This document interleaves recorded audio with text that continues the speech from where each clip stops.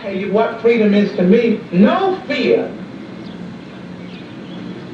I mean, really, no fear.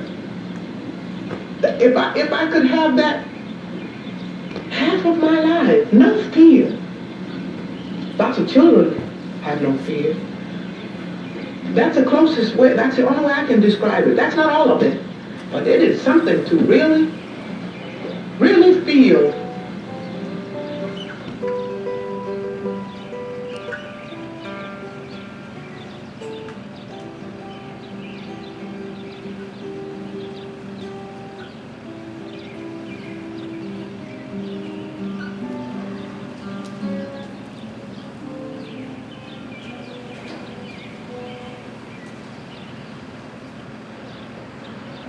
We are going to tell you a piece of a story. If, when we're finished, you'd like to know the whole story, you'll have to read Ben Oker's book, The Freedom Artist, which is where our story comes from.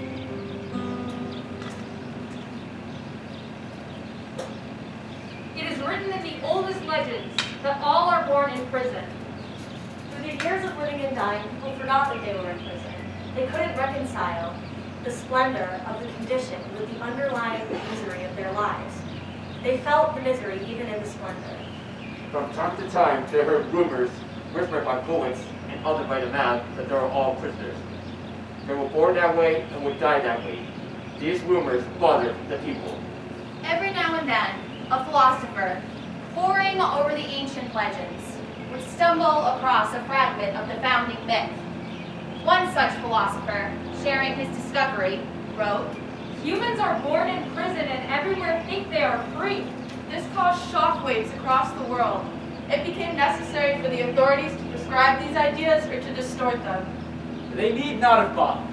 People do not believe that which does not please them. They preferred new myths which celebrated their freedom.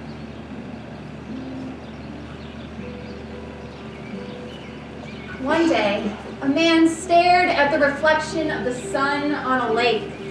Lost in reverie, he found himself somewhere he had never been before. It was nothing like the earth. When he came back to himself, he was still sitting by the lake. He told his friends about this experience, but they regarded it as a lapse of the mind.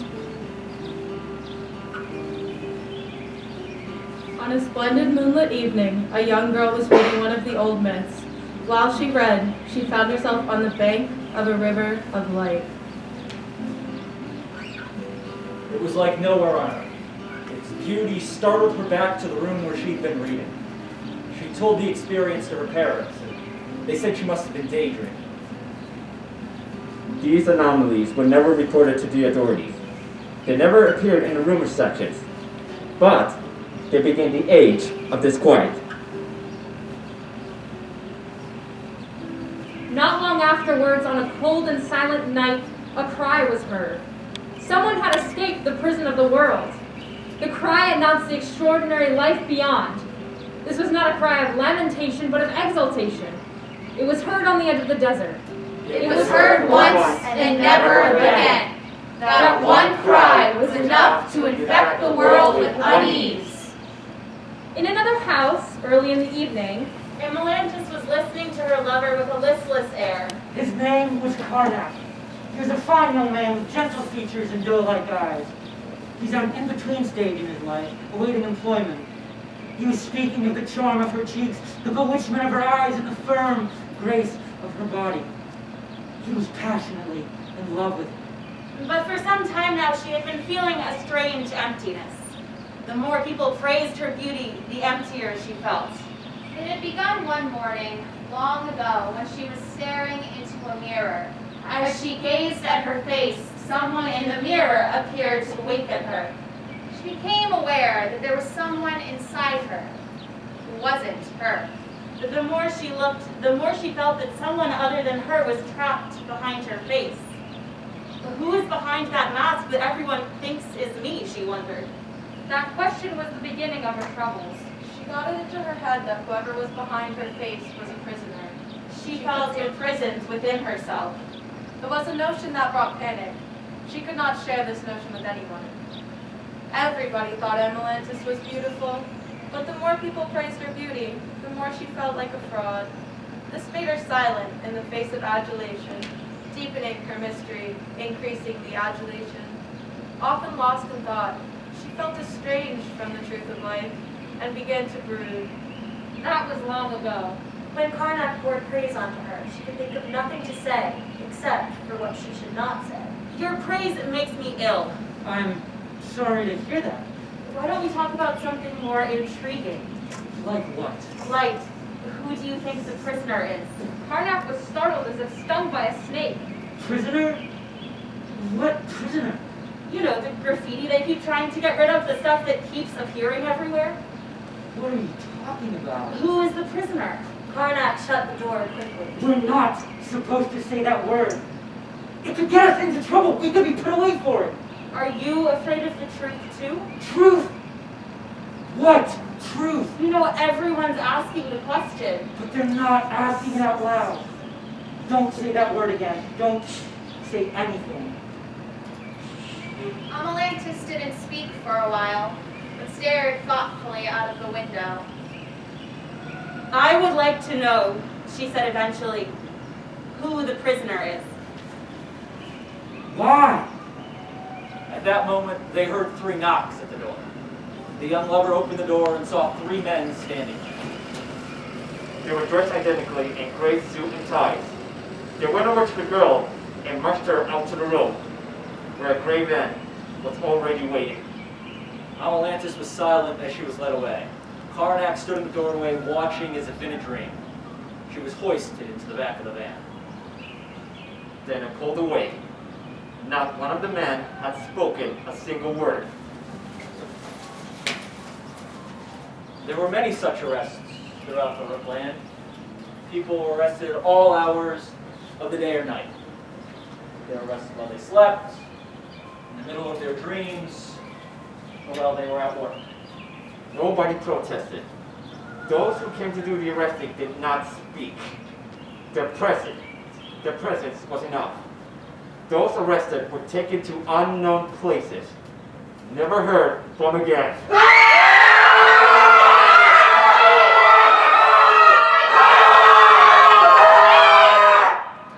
There were, in those times, 2 classes of people. 1. The overwhelming majority, who were considered the normal people. They didn't speak much. They did their jobs, fulfilled their obligations, raised their families, watched the television, and believed in all that they saw. They kept their nightmares to themselves. They constituted the highest presence in hospital wards and psychiatric clinics. They had, as a running music in their head, a steady, unchanging drone. And yet, night after night, in room after room, across council estates and in rich suburbs, screams could be heard coming from their beds. They shouted in their sleep and howled like frightened animals. These screams could be heard at all hours of the day and night. Soon, it became considered the normal mode of sleep. That is to say, no one noticed it anymore.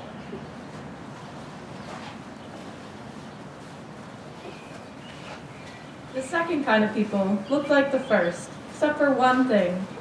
They were more alert. They didn't sleep much at night. Their eyes had a constant wakefulness. They didn't read the newspaper, treated television as a daily farce, and believed nothing of what they saw or heard. They were the few. They drink water, stare at the sky, listen to the wind, and pay attention to everything. They were generally silent.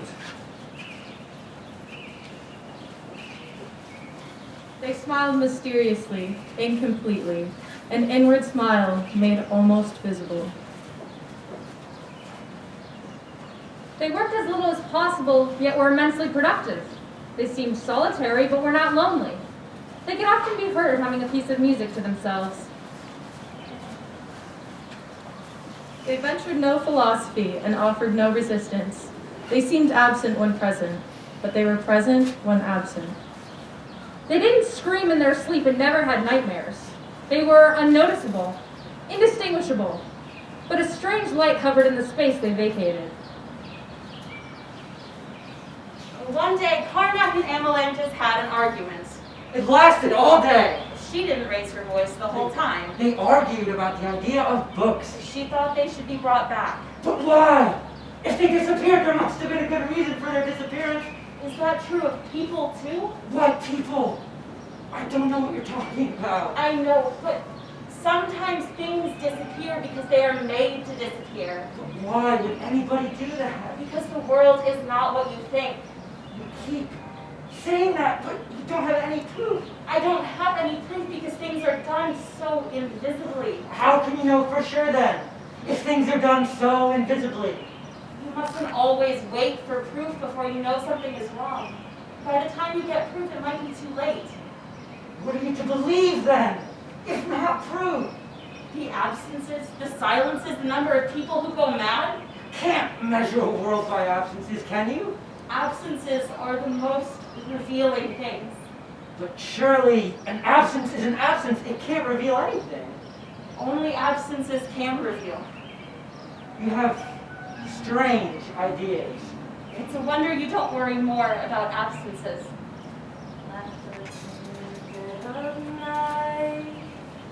Take these broken wings and learn to fly. All your life, you were only waiting for this moment to arrive. Blackbirds singing in the Once, dead of night. She took him to the top of a high hill in the center of the city. Something waiting It was early in the afternoon on a weekend. The view of the city was clear and fine. They sat on a bench and looked out over the view of the city in silence. Then she began to sing. She sang quietly to herself. Then she stopped. Karnak looked at her when she stopped. He saw that she was weeping. What? What's wrong? Nothing. Then why are you weeping? No reason, really. There must be. What is it? Amalantis didn't say anything for a while. This world could be so beautiful. Not long after that, they came for her. Blackbirds singing in the dead of night. Take these sunken eyes and learn to see. All your life, you were only waiting for this moment to be free. You were only waiting for this moment to be free.